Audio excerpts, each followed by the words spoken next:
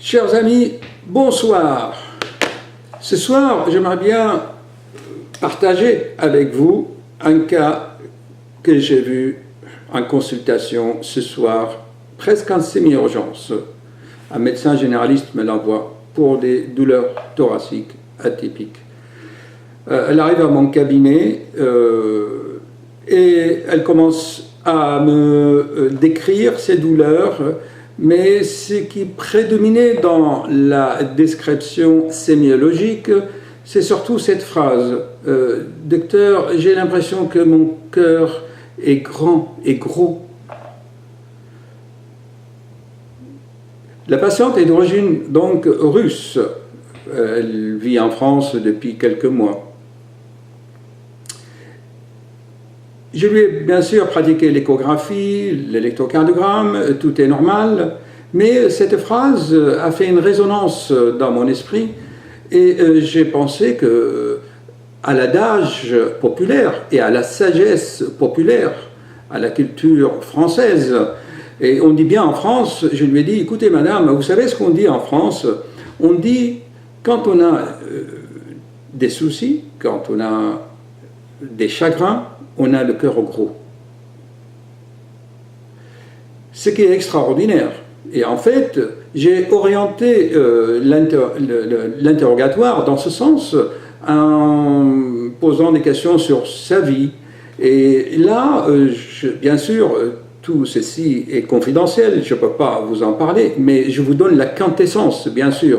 Et je n'ai pas l'habitude de filmer mes consultations. C'est le soir, tranquille, en réfléchissant, j'ai une inspiration. Effectivement, mes patients m'inspirent énormément. D'ailleurs, j'ai déjà écrit des articles dans d'autres revues. Donc, je lui ai expliqué que ce qu'on dit en France, c'est que quand on a du chagrin, on a le cœur gros. D'ailleurs, il y a une chanson que je jouais quand j'étais étudiant à la guitare. On a le cœur gros. Hein.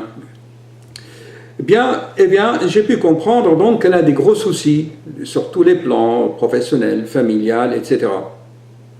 Et donc, ce stress engendre des modifications dans les paramètres de la circulation et notamment le cerveau. Le cerveau, normalement, travaille à basse pression. Mais lors de stress, lors de soucis, lors de chagrin, eh bien, les pressions augmentent. Et la perception de son corps, chez certains patients, selon leur conditionnement, chaque patient est conditionné différemment.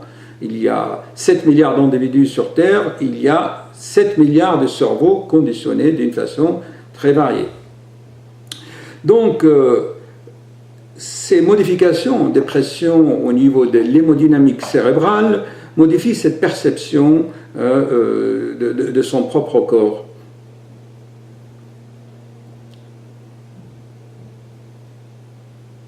Voilà. Je suis en train de penser comment se fait-il qu'une citoyenne russe arrive spontanément à s'exprimer ainsi.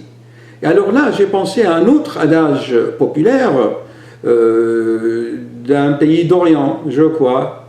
Et cet adage dit, quand on vit avec des gens pendant 40 jours, on finit par penser comme eux.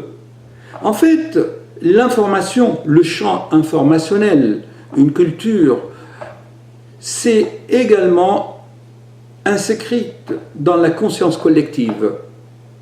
Et notre esprit le capte, soit d'une façon consciente, mais la plupart du temps d'une façon inconsciente. Donc, pour arriver qu'une Russe qui ne parle pas à peine français, j'ai dû l'interroger vraiment en anglais, arrive à capter, si vous voulez, de telles vibrations.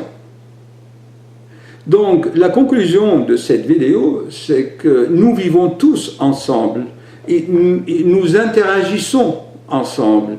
Et il y a l'autre adage populaire qui dit « un battement d'aile de papillon quelque part dans le monde peut faire résonner ailleurs, dans d'autres continents. » Voilà, chers amis, À la prochaine, à méditer, réfléchissez beaucoup, essayez de créer des liens entre tout ce que je dis, entre tous mes vidéos, et vous allez voir qu'il y a un mystère caché.